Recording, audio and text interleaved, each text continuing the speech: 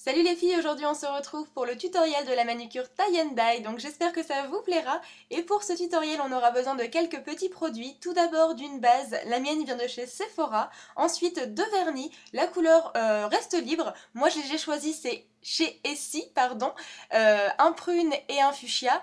Je vous montre également le vernis pailleté que j'ai utilisé pour mes annulaires, c'est le 271 chez Kiko. Ensuite, on aura besoin d'un top coat, le mien vient de chez Formula X, donc c'est une super marque. Et mon huile de séchage dont je ne me passe plus pour me faciliter la vie. Ensuite, un petit peu de dissolvant, un crayon dissolvant également pour vraiment dessiner les bordures, ce sera beaucoup plus simple. Un petit peu de coton et pour finir, l'accessoire indispensable, une éponge à fond de teint. La mienne vient de chez Sephora également. Et on commence tout de suite par l'application de la base, donc sur l'ensemble de l'ongle et en couche uniforme si possible. J'ai accéléré un petit peu ce passage-là puisque c'est pas super intéressant. Et ensuite, vous allez voir que je vais venir prendre le côté de mon éponge à fond de teint et je vais venir tracer un trait de vernis de chaque couleur. Donc vous voyez, c'est plus explicite avec l'image. Les couleurs vont se fondre elles-mêmes, puis je vais venir tapoter vraiment couleur par couleur. Vous voyez que j'incline vraiment mon éponge pour appliquer d'abord le prune et ensuite le fuchsia. C'est vraiment assez technique entre guillemets puisqu'il faut faire des tout petits mouvements, on n'appuie vraiment pas et vraiment bien incliner l'éponge en fonction du pourtour de l'ongle et de ce que vous voulez, d'où vous voulez déposer la couleur, pardon.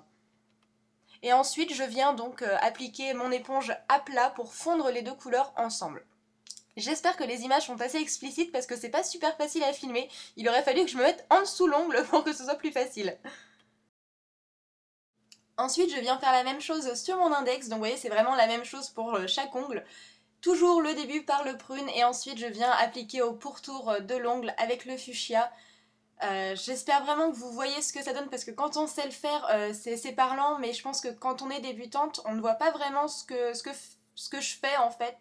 Donc voilà ce que ça donne. Après, ne vous inquiétez pas pour l'intensité puisqu'on va venir rajouter une deuxième couche. Nous voilà donc au moment de la deuxième couche. Je dirais qu'il faut être encore plus délicate puisque le vernis en dessous n'est pas sec. Et vous allez voir que j'ai fait évidemment l'erreur à ne pas faire. J'ai appuyé sur mon éponge un petit peu trop. Pour l'instant ça ne se voit pas, je n'ai pas encore fait le mouvement fatal, mais ça ne va pas tarder. Et ça tombe bien parce que ça vous montre aussi qu'on peut rattraper, enfin comment rattraper un faux mouvement. Donc vous allez voir, c'est maintenant. Et voilà, donc là j'ai fait vraiment une erreur, vous voyez j'ai une tache. En attendant que le vernis sèche, du coup on va vraiment nettoyer un peu les pourtours de l'ongle avec le crayon dissolvant et on pourra corriger notre erreur une fois que le vernis sera sec. Je ne vous l'ai pas remis en vidéo, mais bien évidemment qu'à chaque fois que je prends mon éponge, j'ai remis du vernis et fuchsia et prune, à chaque fois. Donc vous voyez là je vais commencer à rattraper mon erreur et j'insiste du coup beaucoup plus sur le côté prune puisque j'ai vraiment tout enlevé les couches qu'il y avait en dessous. Donc voilà ce que ça donne, j'espère que ça va. Je vous avoue que si j'avais été toute seule, enfin si je n'avais pas été en train de tourner un tuto, j'aurais enlevé l'ongle et recommencé parce que je suis assez perfectionniste. On corrige une dernière fois et puis on passe au top coat. Donc voilà, j'ai accéléré aussi cette étape-là, pardon, puisque je pense que tout le monde sait le faire.